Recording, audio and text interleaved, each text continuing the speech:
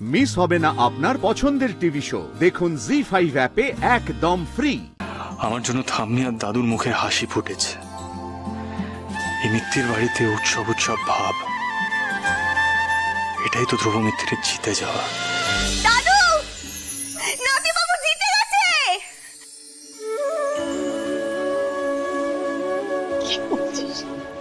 হ্যাঁ দিদা, নাতি বাবু জিতে গেছে গো।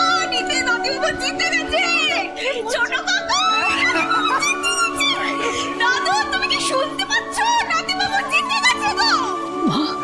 মা গো, তুমি আছো? মা তুমি আছো? আমার দাদু ভাইকে জিতে দিয়েছো, আমার দাদু ভাইকে জিতে দিয়েছো। দিদা একেবারে জেতার মতো জিতেছে গো নাতি বাবু।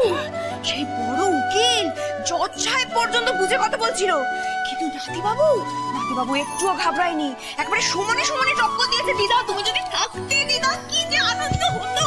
আর শোনো না, রায় বেরোনোর সময় বড় উকিলের মুখটা একেবারে দেখার মতো ছিল। দিদা তুমি যদি থাকতে, দিদা নাতি বাবু জিতে গেছে। দিদা নাতি বাবু জিতে গেছে। আরে এই না হলে সুধাচরণ মিত্তিরের নাতি। হ্যাঁ, আরে শুধু বড় উকিল না রে জোনাকি, ওর বাপের মুখেও থামা বসে দিয়েছে। বাপ যে ওকে চ্যালেঞ্জ করেছিল, সেই বাপকে 10 গোল দিয়ে দিয়েছে আমার নাতি। ওই তো আমার নাতি।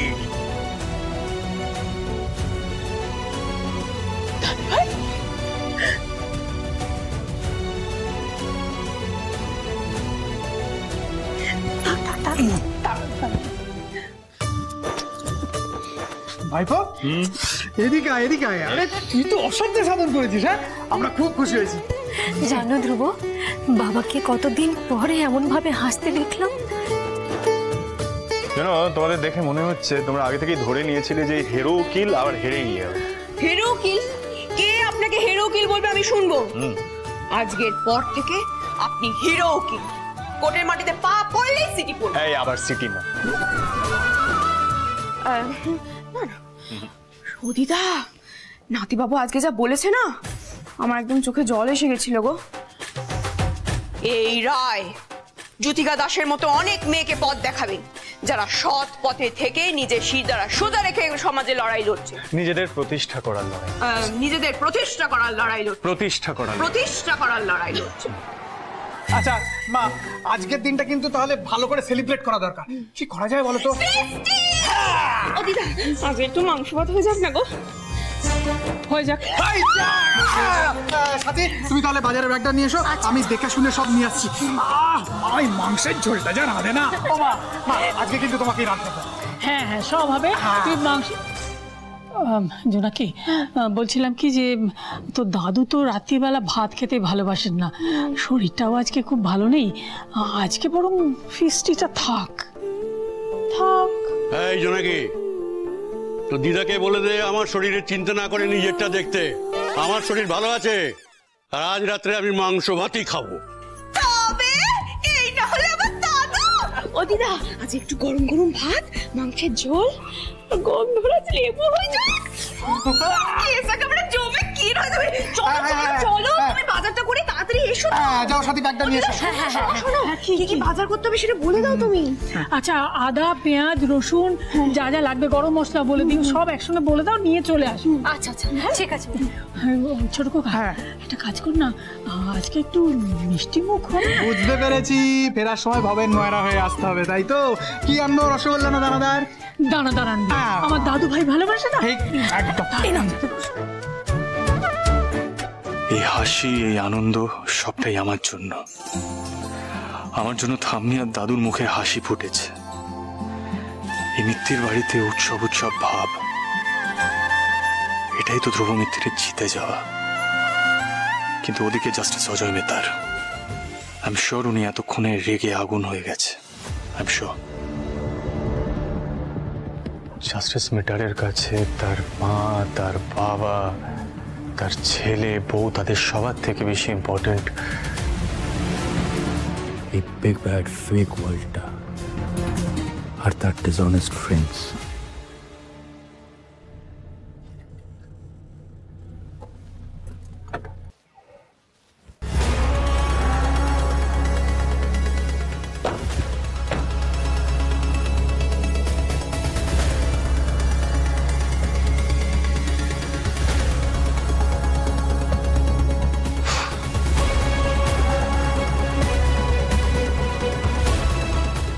ভাবছো তপতি? তোমার ছেলে যা করেছে তাতে ওকে মেডেল দেওয়া উচিত? এত অডাসিটি ওর হয় কি করে যে একটা কেস জেতার জন্য ও রঘুর বিরুদ্ধে এভিডেন্স ট্যাম্পারিং এর অভিযোগ এনেছে? তাও কার হেল্প নিয়ে জানো? রঘুর এক্স ওয়াইফ দেবযানী বসু। তো এতটা বলার সাহসও এতদিনে কারুর তো হয়েছে? আমার ছেলে প্রথমবার কেসটা জিতেছে। জিতেছে তো কি হয়েছে? এই সাহসের পরিণাম তুমি জানো? এরপরে ওর ক্যারিয়ার বলে কিছু থাকবে? কোনো বোধ আছে তোমার? রঘুর কথায় বার কাউন্সিল চলে, ঠিক এই রিয়াকশনটাই হওয়া উচিত তোমার। তোমার ছেলে যা করেছে না, তার জন্য আমার এতদিনের মান সম্মান সমস্ত ধুলোয় মিশে গেছে। এখন চুপচাপ আমার সঙ্গে রঘুর কাছে যাবে, ক্ষমা চাইবে তোমার ছেলে যা করেছে তার জন্য। এসো।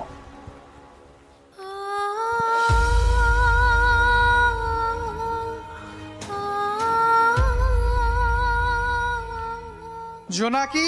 হ্যাঁ ছোট কাকা, সব পেয়েছো তো? সব পেয়েছি। দেখি দেখি দাঁড়াও। যা যা ফর্দ দিয়েছিল এই বাজারে পাওয়া যায় না, তাও কিচ্ছু ছাড়ি। আচ্ছা, এই তো কলা পাতা আছে, এই তো পাপড় আছে, আলু, পেঁয়াজ। আরে বাবা যা যা বলেছিল সব এনেছি। ব্যাস, কেস তো তাহলে জমে গেছে। হ্যাঁ জোনাকি। হ্যাঁ বলো দিদা। শোন, এবার তাহলে শুরু করে দিবি, আর দেরি করিস না, নইলে অনেক দেরি হয়ে যাবে। আলু পেঁয়াজ কি আছে আমাকে দে, আমি হাতে হাতে একটু এগিয়ে দিই।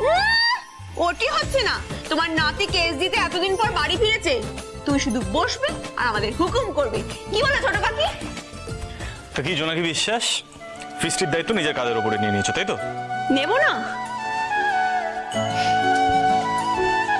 আজ আপনার জন্য জ্যোতিকাদি এতদিন পর মাথা উঁচু করে বাড়ি ফিরবে, আর আজকে আপনি যা করেছেন তাতে সব থেকে বেশি খুশি হয়েছে দাদু।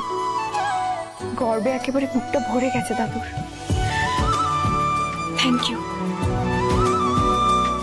Thank you so much. Thank you আমার বলা উচিত জোনাকি বিশ্বাসকে।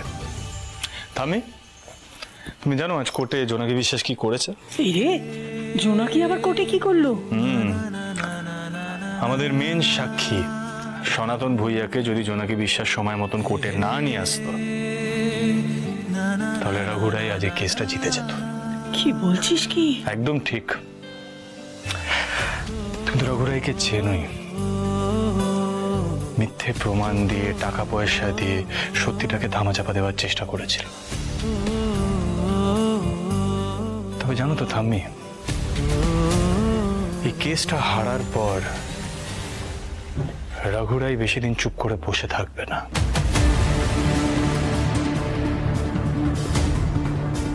এই হারটা ভুলতে পারবে না রঘুরাই।